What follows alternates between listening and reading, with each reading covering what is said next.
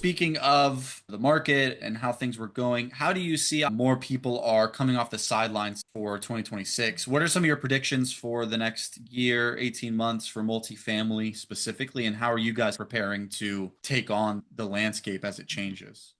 Yeah, so we're looking at a number of deals. We just offered on one deal where it's millions of dollars below the loan balance. It's in Dallas. It's in a great part of town. It's a 2000 plus product. So we're seeing quite a bit of that. Really just a flight to quality, looking for opportunities. There's a few deals that we've looked at. One of them about to offer on where the operator has been kicked out. So we're potentially taking over for not a whole lot of cash. With that potential scenario, your IRR would be really attractive. So we've looked at some stuff like that as well. Over the past year or so, 50% of the deals that go under contract don't actually close. So we're getting a bunch of callbacks on deals right now where they're like, hey, are you still interested in that deal? It's still hanging out there. So it's very interesting right now. It's a buyer's market. Sellers are willing to get creative where they haven't before. Lenders are starting to get creative as well. Hey, will you take over this loan? We'll give you 90% and we'll give you really good terms. We just need someone because these lenders are not set up to operate.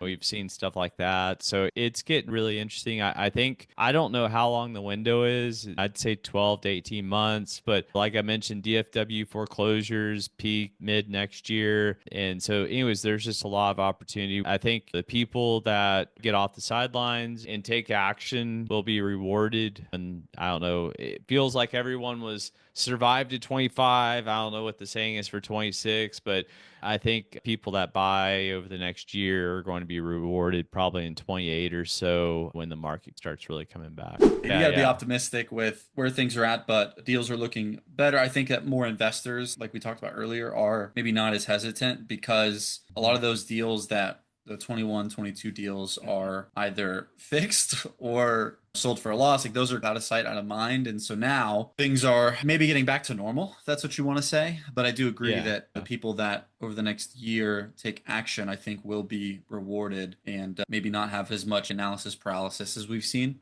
the last 12 to Yeah. 24 months. Awesome. Very good insight. And we're always, a lot of us are wrong all the time, but you've probably been right more than me. So I'll take it. Matthew said And we will be in heaven in 27. So there you go. yeah, exactly. That's kind of the mindset you have to have, right? There's always opportunity somewhere. So I like your mindset on that. And so I'm curious for the back end of what you guys do. Do you have any favorite tools or resources like syndication software, content creation that you guys rely on?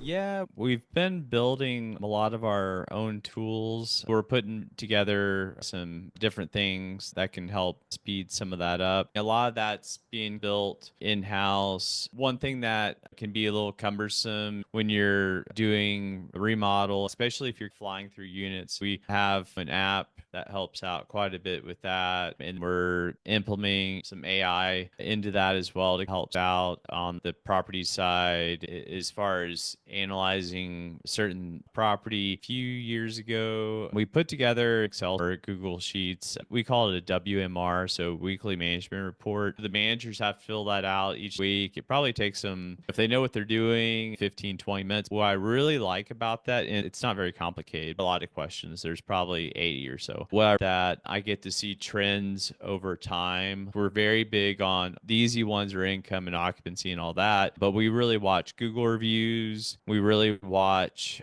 it's called a maintenance summary. So maintenance summary is the number of days before when people put in a maintenance ticket, how long does it take for that maintenance to get wrapped up? It's not complicated, and we're going to be inserting some AI around that WMR, but that's one of my favorite things that I like. It's feedback directly from the property manager. It's also a good way for us to know whether they're on their game. It's also a good way for them because as they're filling it in, it tells them it's a reminder of what their goals are, and they're seeing this each and every week. So it's more manual than anything else, and we don't want to automate that. We want them to physically put that in because we want them to know where they're at. Is there a gap? How much is it? And how much they need to push. And it's a huge accountability tool for us with our managers. Yeah, and that's two things that I don't know if obviously a lot of people focus, right? Income, Sure. Yeah. vacancy rates and things like that, but something like Google reviews, Yeah. right? That's important. Like the way people operate, right? They go see a bunch of terrible reviews about your apartment. They might not even do a tour or anything like that. And then even the Yep. maintenance requests, right? I know living in an Yep. apartment, if you put something in, they don't come for 3 hours. Now I'm gonna go complain to the property manager and no one's Yeah. happy. Yep. So that's Yep. really cool that those are two things that you guys are focusing on that I don't hear very often. I'm sure a lot of people Yeah. do it, but people talk about it. Yeah, and their bonuses are tied to those Really? items too. They're incentivized. Everybody's on the same page. And then I mentioned too, one thing, I'm really proud of is so we just bought a deal 2 months ago, but all the other deals are at a Google rating of 4.0 or above. And that was really hard to do. Most of them that we bought started at 3.2, 3.3, pretty low, especially if you have a lot of reviews. It was probably 100 reviews, 100 5-star reviews, or maybe more to get that up to 4. It's a lot of work. And you always hear the old thing that people don't leave reviews because they're happy. So the Right. negative ones stand out the most. So Yeah. it's even harder. Awesome. That's an idea for some of you guys. Maybe tie some of your property managers' bonuses and things like that to those too. That's a really good idea. I didn't think about Yeah. that. Very Yeah. cool. And I'm curious the question that a lot of people get, but I think it is an interesting one. If you could go back and restart your journey, would you do anything differently or change anything about your process of how you got here? In 2014, I would buy everything that came out on the market. And then I would sell 2 or 3 years later. We bought a 9 or 10 cap and cap rates were compressing. I would have bought everything under the sun. But yeah, all kidding aside, I think we were really spoiled on the operation side initially and spoiled honestly in a lot of ways. So I think just really honing in on operations, and not to say we didn't have to operate, but you had rents jumping up, you had cap rates coming down, you had tons of people move into these metros. It was the perfect recipe for success for multifamily. You had good lending as well. Learning how to operate. When I first started, it was you put in vinyl flooring, you put in two-tone paint, that's $150 Mm. more per month. That's what it was. And every 6 months you raised rent $50 a month. It was pretty Mhm. sweet. So just really honing in on and gathering a lot of skills along the way, I think would have been smart. Not to say I wasn't trying and all that, but I think a different color of lens, a different environment. Yeah, you don't know when it's happening that, oh, I'll always get 90% LTV. Yeah, I'll always yeah, always get nine yeah, caps. You don't yeah. know, you don't think about it that way. Mhm. Insights 2020. Very cool, but I think that's a good answer nonetheless. So, obviously, you guys have both before Momentum and then since you guys have been doing this together with Hayden and everything. What's some advice you would give to someone who aspires to raise the amount of capital you guys have done and get to a few hundred million, but maybe it doubts their ability to achieve it, especially given hearing things like this? Oh, it used to be easier. Now it's much tougher. Now there's all these doubts around multifamily. What's some advice you would give them to keep going?